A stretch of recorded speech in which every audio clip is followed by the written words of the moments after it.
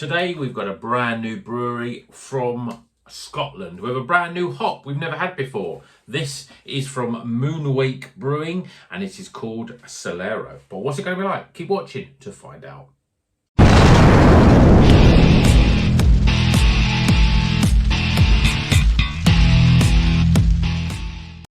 Welcome back to Rocker's Beer Review. Today we're reviewing this beer in this very striking, colourful can. This is a Solero Pale. It is from Moonwake Beer Company.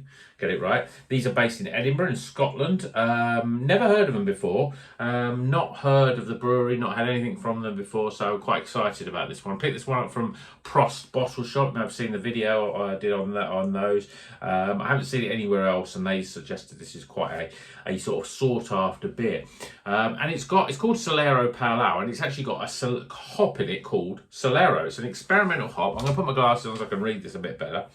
It says, brewed from Solero, one of our favourite hops from an experimental breeding programme.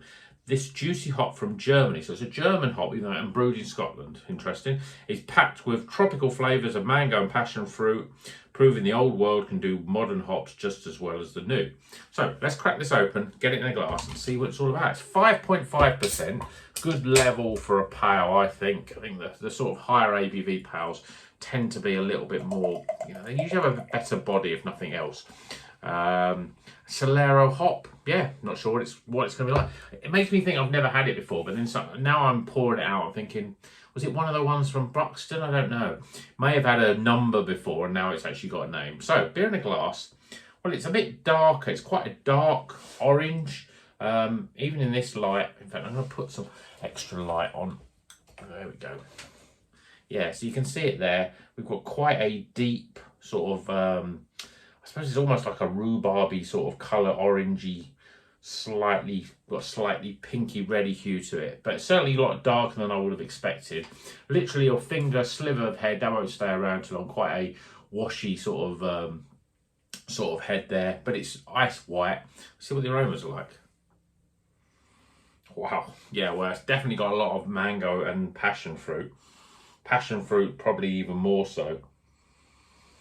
I'm also getting sort of sweet orange satsumas, that sort of aroma.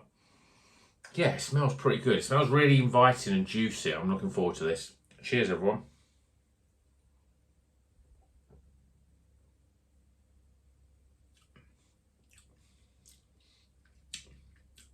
Wow. That is very juicy. Unlike any sort of pales I've had before, it's got a real strong passion fruit. I'd almost say passion fruit is the dominant flavour here. There's that tinge with of orange, you get a little bit of resin in there, a little bit of pine coming in, and then there's a slight sort of pink grapefruit on the back end. It's quite complex for a pale ale.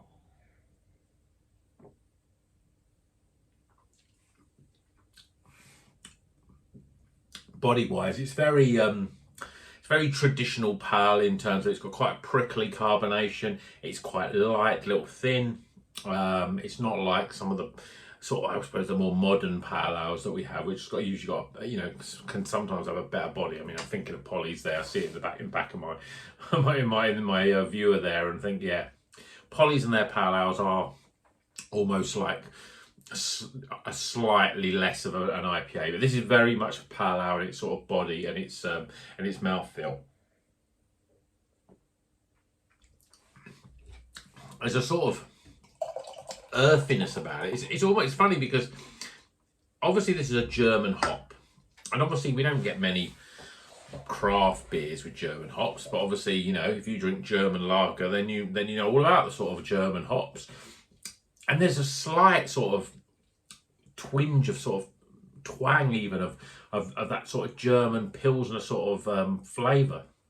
I think it's because it's got quite a dry finish to it. And that dryness I always really associate with those sort of very sort of traditional German Pilsners, and you know, and the sort of, you know, the Oktoberfest sort of beers that you have, the Paulinas and those sort of things. It's got it dries out of the mouth and it just makes you think, oh, I've got to drink something more, and I'll drink this.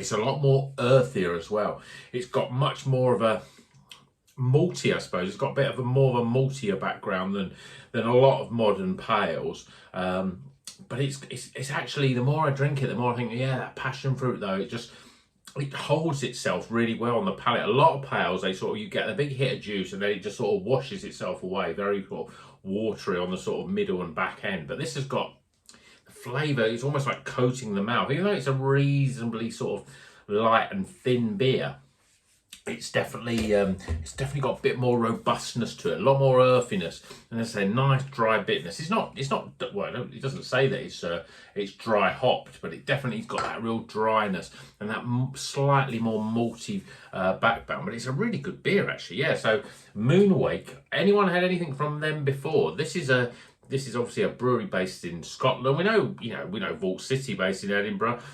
We know the likes of Overtone in Glasgow. They're not really had huge amounts. I mean, there's obviously the sort of little beers when you get Robert's Brewery, those sort of breweries that appear in Lidl on their beer festivals. But yeah, I mean, not heard of them before. But maybe they I don't know if they're brand new. I don't know if maybe they've just started to sort of distribute their beers further south. But yeah, it's one to watch out for. Moonwake Beer Company, and this is Solero hops. Let me know if you've had anything from Moonwake. Let me know if you've had a Solero hop before. Let me know, what do you think of it? What sort of characteristics? For me, big hits of passion fruit, slight orange, sweet orange rind coming in, a bit of mango in the background, subtleness of grapefruit, but quite an earthy, dry sort of back end to it. Not bad. Let's get some scores.